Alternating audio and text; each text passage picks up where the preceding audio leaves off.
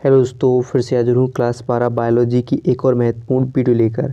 आज की इस वीडियो में हम यूपी बोर्ड 2023 के पेपर का पूरा सॉल्यूशन लेकर हाजिर हैं, जिसे आप पेपर देने से पहले ज़रूर देख लीजिएगा, जिससे आपको एक आइडिया हो जाएगा कि पेपर में कितने प्रश्न पूछे जाते हैं, कौन सा प्रश्न कितने अंक का आता है और सबसे ज़्यादा प्रश्न किस चैप्टर से बनते हैं।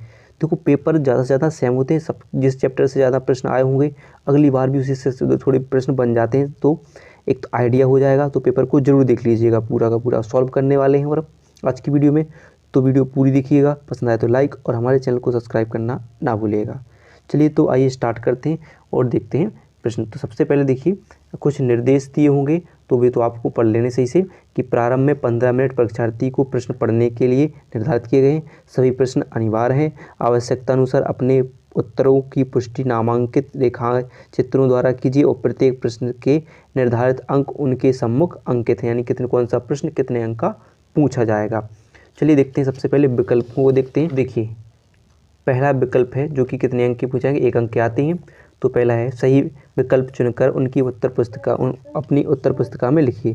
पहला है, इनमें से कौन परागकण में पाए जाते हैं। तो देखिए, कौन परागकण में जाते हैं, 2 नर युग्मक या 2 वर्धी कोशिका या तथा 1 जनन कोशा या 1 जनन कोशा व 1 नलिका कोशा या 1 नलिका कोशा तथा 1 नर युग्मक। तो आपका सही आंसर हो जाएगा इसमें क्या होगा कि 2 नर युग्मक पाए जाते हैं, किसमें, एक परागकण में पाए जाती हैं। अगला देखिए, एक परागकोश में परागधानियों की संख्या कितनी होती है। तो कितनी होती है, कमेंट कीजिएगा, बताइएगा। तो देखिए कितनी होती है कि 4। कितनी होती है, 4 होती हैं। एक परागकोश में परागधानियों की संख्या कितनी होती है, 4 होती हैं। अगला प्रश्न पूछा गया था कि जौ के 200 दाने बनाने के लिए कितने अर्धसूत्री विभाजन करने चाहिए। तो कितने, आपका सही आंसर हो गया था 250 क्या करने चाहिए, अर्धसूत्री विभाजन करने चाहिए।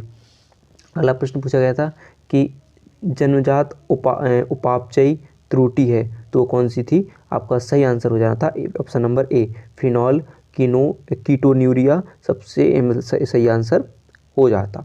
ठीक है, तो ये तो 4 विकल्प, कितने विकल्प पूछे गए, टोटल 4 विकल्प, का, खा, गा और घा, 4 विकल्प आए थे। तो इस साल भी 4 विकल्प आएंगे। तो देखो, विकल्प पूछा है केवल 4। अब सबसे मेन इंपॉर्टेंट होंगे इसके जो पूछेंगे। देखो, दूसरी तरफ आपको इंग्लिश, जो इंग्लिश में यानी जो इंग्लिश वाले भी प्रश्न होंगे और अगला तो इंग्लिश में पूछे जाते हैं। फिर देखिए, सबसे मेन होंगे आपके अति लघु, देखेंगे कि अति लघु प्रश्न कितने अंक के बनते हैं। तो देखिए, पहला पूछा जाएगा एक निश्चित उत्तरीय प्रश्न, जिनको भी हमने निर्देश में पढ़ चुके हैं कि सभी की हमें आंसर देना है, जितने भी प्रश्न इसमें पूछे गए तो सभी प्रश्न करना अनिवार्य है। तो निश्चित उत्तरीय प्रश्न भी हमें करना है। तो इसमें पहला प्रश्न पूछा गया, टाइफाइड बुखार उत्पन्न करने वाले सूक्ष्म जीव का नाम लिखिए, पूछा गया। तो आपके देखो सभी आंसर यहाँ से हम बताने वाले हैं। तो देखिए क्या पूछा गया था कि प्रश्न नंबर 2 का है, साल्मोनेला टाइफी, यानी टाइफाइड बुखार उत्पन्न करने वाले सूक्ष्म जीव का नाम क्या है। तो साल्मोनेला टाइफी है। देखो, सभी को सॉल्व करने वाले हैं एक एक करके। ठीक है, फिर देखिए जीवाणु, अगला प्रश्न पूछा गया था, जीवाणु कोशिका में किस प्रकार का केंद्रक पाया जाता है।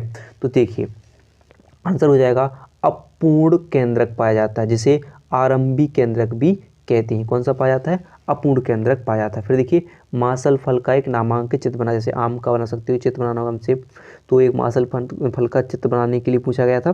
तो देखिए चित्र, एक बात ध्यान रखिए, जितने भी प्रश्न पूछे गए चित्र जरूर बना लीजिए। जैसे परागकोश के हुआ, जो मासल चित्र, जो मासल फल का आ गया, इसी परागकोश के अनुप्रस्थ काट जो भी है, तो ये चित्र जरूर बना लीजिएगा।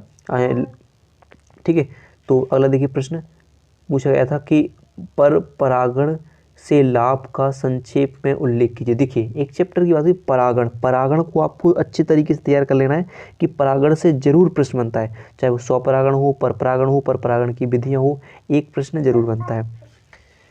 तो देखिए, पर परागण के लाभ क्या थे, पर परागण से नई जातियां उत्पन्न होती हैं।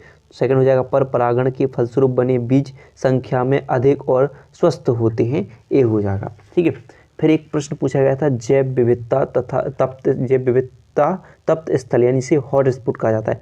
वेरी इंपॉर्टेंट प्रश्न होगा, इस साल भी इसको तैयार कर लीजिएगा, इस साल भी ये पेपर में आपके आने वाला है। तो देखिए, तप्त स्थल क्या होते हैं, हॉट स्पॉट किसे बोलते हैं। तो वह भौगोलिक क्षेत्र जहाँ जैव विविधता की अधिकता हो तथा इसके प्राकृतिक आवासों को खतरा हो, अर्थात प्राकृतिक संसाधनों का अति दोहन हो रहा हो, वो क्या कहलाते हैं, तप्त स्थल कहलाते हैं। सिंपल सी बात कि प्राकृतिक संसाधनों का अति दोहन के कारण भी क्या हो रहे, खत्म होते जा रहे हों, तो भी ऐसे स्पॉट क्या कहलाते हैं, तप्त स्थल कहलाते हैं। यानी ऐसे स्थान क्या कहलाते हैं, तप्त स्थल कहलाते हैं। ठीक है, तो निश्चित उत्तरीय प्रश्न के बाद यानी कितने अंक आएंगे, निश्चित उत्तरीय एक एक नंबर के आपके प्रश्न हो जाएंगे। तो एक एक अंक कितने कितने 1 2 3 4 5 प्रश्न पूछाएंगे, यानी 5 नंबर के हो जाएंगे। फिर इसके बाद बनेंगे आपके अति लघु उत्तरीय प्रश्न। क्या बनेंगे, अति लघु उत्तरीय प्रश्न, जिसमें पहला प्रश्न जो भी 2 अंक का होगा। अति लघु प्रश्न कितने अंक का, 2 अंक का पूछा जाएगा। तो परागकोश से परागकोश के परागकण किससे भोजन प्राप्त करते हैं, तो आपका आंसर हो जाएगा टैपिटम से। किससे करते हैं, टैपिटम से प्राप्त करते हैं। टैपिटम क्या होती है कि लघु बीजाणुधानी की सबसे यानी परागकोश की सबसे अंत में लास्ट परत होती है। पहले बाह्य परत, मध्य परत, फिर लास्ट परत सबसे होती है टैपिटम। टैपिटम क्या होती है, जो परागकोश में परागकण पल रहे हैं उनको पोषण देने का कार्य करती है। फिर देखिए प्रश्न है एमनियो सेंटेंसेस पर टिप्पणी लिखिए। तो देखिए सबसे क्या हुआ था, क्या होता है कि भ्रूण के लिंग तथा भ्रूण के जन्मजात यानी विकार जिसे बोलते हैं रोगों का पता लगाने के लिए बनाने की विधि को क्या कहलाते हैं, एमनियो सेंटेंसेस कहा जाता है। ठीक है, तो किसके कि भ्रूण के लिंग और भ्रूण के जन्मजात या विकारों को पता लगाने के लिए जिस विधि का उपयोग किया जाता है उसे एमनियो सेंटेंसेस कहा जाता है। सही है। फिर देखिए तो अब एक और अगला प्रश्न पूछा गया था, असली यानी ट्रू फल तथा नकली यानी फॉल्स फल में अंतर लिखिए। तो ट्रू फल क्या थे, देखिए तो असली फल यानी ट्रू फल केवल अंडाशय से बनते हैं, जबकि नकली फल अंडाशय के अलावा पुष्प से के दूसरे भागों से भी बनते हैं। जैसे असली फल की बात की जाए आम और बादाम एक असली फल है, और नकली फल की बात की जाए टमाटर और अमरूद नकली फल में आते हैं। ठीक है, फिर देखिए अगला प्रश्न पूछा गया था कि असंजनता और को परिभाषित कीजिए। देखो सबसे ज़्यादा अभी तक आपने जितने भी प्रश्न देखे, सबसे ज़्यादा आपके पहले और दूसरे चैप्टर से पूरे के पूरे अति लघु प्रश्न पूछे गए, जैसे कि हॉट स्पॉट को छोड़ कर के लिए पूरे के पूरे पहले और दूसरे चैप्टर से। तो आपको पहला और दूसरा चैप्टर बहुत अच्छे तरीके से तैयार कर लेना है। पहला चैप्टर सबसे ज़्यादा तैयार करना है। ठीक है, ठीक है। तो पहले प्रश्न सब एक ही प्रश्न आया है अगले बस दूसरे चैप्टर से, लेकिन पहले चैप्टर से सभी प्रश्न बने हैं ज़्यादातर। तो अलग है असंजनता या एपोमिक्सिस को परिभाषित कीजिए। तो देखिए असंजनता क्या होती है वो देखते हैं। कभी कभी पादप के जीवन चक्र में लैंगिक जनन या युग्मक संलयन या अर्धसूत्री विभाजन की अनुपस्थिति में ही नए पादप का निर्माण हो जाता है। यह क्रिया असंजनन कहलाती है। इसकी खोज विंकलर ने सन 1908 में की थी। अगला प्रश्न देखिए, अगला प्रश्न पूछा गया था बहुभ्रूणता। देखिए ये भी पहले चैप्टर से, देखो पहले चैप्टर से सबसे ज़्यादा प्रश्न बने थे अगले साल। तो देखिए इस साल भी अच्छे तरीके से तैयार कर लीजिएगा। तो बहुभ्रूणता की परिभाषा क्या होती है, देखो वो देखेंगे। तो सिंपल सी है कि एक बीज या बीज में एक से अधिक भ्रूण का उत्पन्न होना बहुभ्रूणता कहलाता है। अनावृत बीजी पौधों में यह सामान्य घटना है, परंतु आवृत बीजी पौधों में काफ़ी कम पाई जाती है। इसकी खोज की बात करें तो एंटोनी वॉन ल्यूवेनहॉक ने सन 1791 में संतरे में की थी। अगर भारत में की जाए कि किसे कहा जाता है तो बहुभ्रूणता का जनक तो पंचानन माहेश्वरी को कहा जाता है। ये भी प्रश्न बन जाता है। ठीक है, ये बन गया प्रश्न सबसे पहले चैप्टर से। फिर देखिए अब इसके बाद हम देखेंगे कि जिसके लघु उत्तरीय प्रश्न और फिर दीर्घ उत्तरीय प्रश्नों को देखते हैं। तो देखिए लघु उत्तरीय प्रश्न कौन कौन से आए थे। तो पहला देखिए मनुष्य के शुक्र का नामांकित चित्र यानी शुक्राणु का नामांकित चित्र बना। देखो ये भी सेकंड चैप्टर से आ गया है, तो ये भी इम्पोर्टेंट हो गया, इस पढ़ लीजिएगा। तो एक युवा परागकोश की अनुप्रस्थ काट का नामांकित चित्र। देखो मैं परागकोश की बोल रहा था कि परागकोश का भी चित्र बनाना आ जाता है पेपर में। तो देखिए जी फर्स्ट चैप्टर से, देखो पहले दूसरे चैप्टर से प्रश्न बने हैं सबसे ज़्यादा। अब देखिए कहाँ पर पहुँच गए, मधुमक्खी पालन से आप क्या समझते हैं, संक्षेप में लिखिए। मधुमक्खी पालन क्या होता है, मधुमक्खी पालन इस पर मधुमक्खी में लिंग निर्धारण पूछ लिया जाता है पेपर में, वो भी बनता है। तो इसे भी तैयार कर लीजिएगा, ये भी इंपॉर्टेंट हो जाएंगे। देखो इन प्रश्नों को फिर लिखिए। परिवार नियोजन पर संक्षिप्त टिप्पणी। देखो मॉडल पेपर लगाने चाहिए, एक दो प्रश्न तो आपके सेम टू सेम इसी में से बच जाएंगे, तो इनको जरूर तैयार कर लीजिएगा। परिवार नियोजन पर संक्षिप्त टिप्पणी, इसकी स्थायी और अस्थायी विधियों को परिवार नियोजन जरूर तैयार करना है। ये भी देखो किसी सेकंड चैप्टर से आ गया। ठीक है, फिर देखिए अगले प्रश्न पूछे। देखो और जो जितने देखो कितने प्रश्न, 1 2 3 और 4 यानी कितने 3 3 अंक के 4 प्रश्न और फिर यहाँ पर फिर आगे बढ़िए, फिर देखिए पाँचवा प्रश्न भी, ये भी लघु उत्तरीय प्रश्न है, ये भी कितने अंक के, 3-3 अंक के लघु उत्तरीय प्रश्न पूछे गए हैं। तो देखिए डीएनए फिंगरप्रिंटिंग, डीएनए वाला चैप्टर भी जरूर तैयार करना है, और डीएनए फिंगरप्रिंटिंग जरूर, यानी डीएनए फिंगरप्रिंटिंग है जिसे डीएनए अंगुली छापी का विवरण कहते हैं, वही हो जाएगा। फिर देखिए भारत में हरित क्रांति के जनक, क्रांति आ गई, और हरित क्रांति के किसी क्रांति रसायनों के लिए लाभदायक उदाहरण देकर स्पष्ट कीजिए। फिर रिस्ट्रक्शन एंजाइम से आप क्या समझते हैं, उदाहरण द्वारा समझाइए, प्रश्न पूछा गया था। देखिए रिस्ट्रक्शन, और फिर देखिए जलीय पौधे अपने वातावरण के अनुकूल हैं, उदाहरण तथा चित्रों की सहायता से स्पष्ट कीजिए जलीय पौधों के लिए। अब आगे बढ़ चुके हुए, ठीक है, सेकंड चैप्टर से, और जलीय पौधे और अपने वातावरण में अनुकूल, वातावरण के अनुकूल होते हुए उदाहरण तथा चित्र की सहायता से स्पष्ट कीजिए। इन प्रश्नों को भी तैयार कर लीजिएगा अच्छे तरीके से। अगले प्रश्न की तरफ बढ़ते हैं कि प्रश्न नंबर 6, ये भी 3 अंक के बने रहे हैं। देखो सबसे ज़्यादा 3 अंक के प्रश्न सबसे ज़्यादा बने हैं, तो बनते हैं। तो जैव विविधता के मुख्य घटकों का नाम लिखिए तथा इसके संरक्षण के उपाय लिखिए। जैव विविधता, ये भी भाई तप्त स्थल लास्ट वाले चैप्टर से बन चुके हैं, जैव विविधता, ठीक है। और फिर अगला प्रश्न पूछा गया था, कहा संक्षिप्त टिप्पणी लिखिए। टिप्पणी लिखने के लिए आ जाएगा तो मनुष्य में आनुवंशिक विकार और सेंट्रल डोग्मा, तो बहुत ही महत्वपूर्ण प्रश्न बने हैं, तो इनको भी तैयार, सेंट्रल डोग्मा जरूर तैयार कर लीजिएगा। सेंट्रल डोग्मा भी इस साल प्रश्न में पेपर में बन जाएगा, ठीक है। जैव उर्वरक बहुत महत्वपूर्ण प्रश्न है।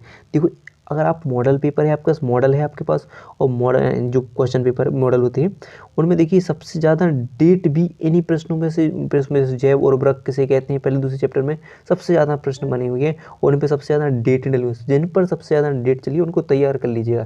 क्योंकि वो जो पेपर बनाते हैं वो सबसे ज़्यादा देखते हैं कि ज़्यादा भी अपना टाइम खराब नहीं करते, जिसका करते हैं कि जो प्रश्न पूछे गए तो उन्हीं को रिपीट करते हैं, ज़्यादातर रिपीटेड क्वेश्चन बन रहे हैं इसमें। फिर देखिए अगला, देखिए किन्हीं दो पर संक्षिप्त टिप्पणी लिखी, तो फिर पहुंच गए रेड डाटा बुक, लास्ट वाले चैप्टर, परजीवता लास्ट वाला चैप्टर है, भूमि की उर्वरक शक्ति को बढ़ाने की दलहनी पौधे। प्रश्न नंबर 7 देख लेते हैं, ठीक है।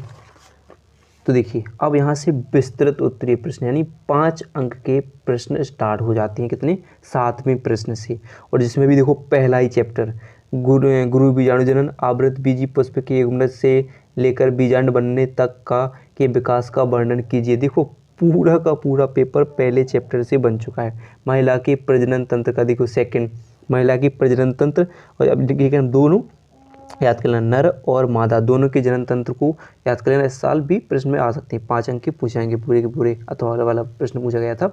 फिर देखिए अगला है किन्हीं 2 पर संक्षिप्त टिप्पणी लिखने के लिए जरूर आएंगे, तो जरूर तैयार कर लीजिए। द्वि निषेचन, बाह्य मल उपचार और निमोनिया की रोकथाम। द्वि निषेचन बहुत वेरी इंपॉर्टेंट होगा, वेरी इंपॉर्टेंट होगा द्वि निषेचन, इसको तैयार कर लिए। बाह्य मल उपचार, इसकी पूरी विधियाँ, प्राथमिक द्वितीयक और तृतीयक विधि सब करना है। फिर या अथवा में प्रश्न आ गया कि इनमें अंतर बताना है आपको, फली तथा लोमेंटम और आठल फल या मिधुर फल, ये भी क्या है पहले ही चैप्टर से हैं, ठीक है। फिर देखिए और 9वां प्रश्न बना, वो भी देखिए 5 अंक के प्रश्न, इन पर भी संक्षिप्त टिप्पणी लिखने की जरूर बन रखी है। मनुष्य में निषेचन और सहज तथा निष्क्रिय प्रतिरक्षा तंत्र, यानी मानव कल्याण में सूक्ष्म जीव वाला चैप्टर है, तो उससे भी 2-3 प्रश्न बने हैं, तो उस प्रश्न उसको भी तैयार कर लीजिए अच्छे तरीके से। और आनुवंशिक कूट पर निबंध, ये बहुत इंपॉर्टेंट प्रश्न है और कई बार रिपीट हो चुका है। आनुवंशिक कूट पर निबंध तो इस साल भी रिपीट हो सकता है। इस प्रकार पूरे 9 प्रश्न पूछे जाएंगे आपके पेपर में, ठीक है। सबसे ज़्यादा लघु उत्तरीय प्रश्न पूछे गए हैं 3-3 नंबर के, ठीक है। तो ये जरूर तैयार कर लीजिएगा। तो वीडियो पसंद आई हो तो वीडियो को लाइक और चैनल को सब्सक्राइब करना ना भूलिएगा।